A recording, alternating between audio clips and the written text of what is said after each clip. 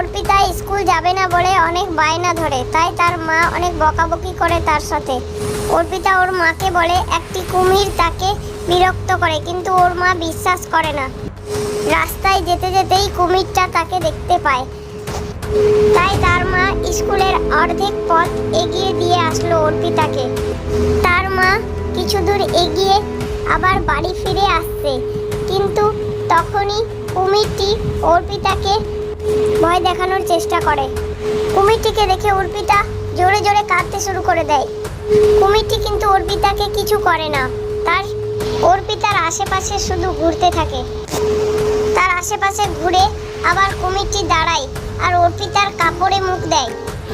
আর অর্পিতার চোখের সামনেই একটি গাজর খেতে থাকা খরগোশ কুমিরটির উপরে নির্ভয়ে উঠে পড়ে। অর্পিতা খরগোশটিকে বলে, খরগোশ তুমি তো আমার বন্ধু, তাহলে কুমিরের উপর বসেছো কেন? তখন খরগোশটি বলে, তুমি যে বসছো না তাই। তুমি এত ভয় পাচ্ছ কেন কুমিরটিকে দেখে? কুমিরটি খুব ভালো।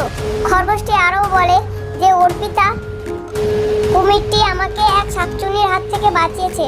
তুমি কি জানো তোমার পিছনেও সেই শাকচুন্নিটি পড়ে রয়েছে, তাই তো কুমির তোমাকে পাহারা দিচ্ছে। শাকচুন্নিটি যাতে তোমাকে খেয়ে না নেয়, তাই তো কুমিরটি তোমার স্কুল যাওয়ার সময় পাহারা দেয়। তুমি যতক্ষণ না বাড়ি পৌঁছচ্ছ ততক্ষণ কুমিরটি দাঁড়িয়ে দাঁড়িয়ে দেখতে থাকে তোমাকে। অর্পিতা খরগোশটির কথা বিশ্বাসই করছিল না। তখন হঠাৎ করেই এক শাকচুন্নি চলে আসে।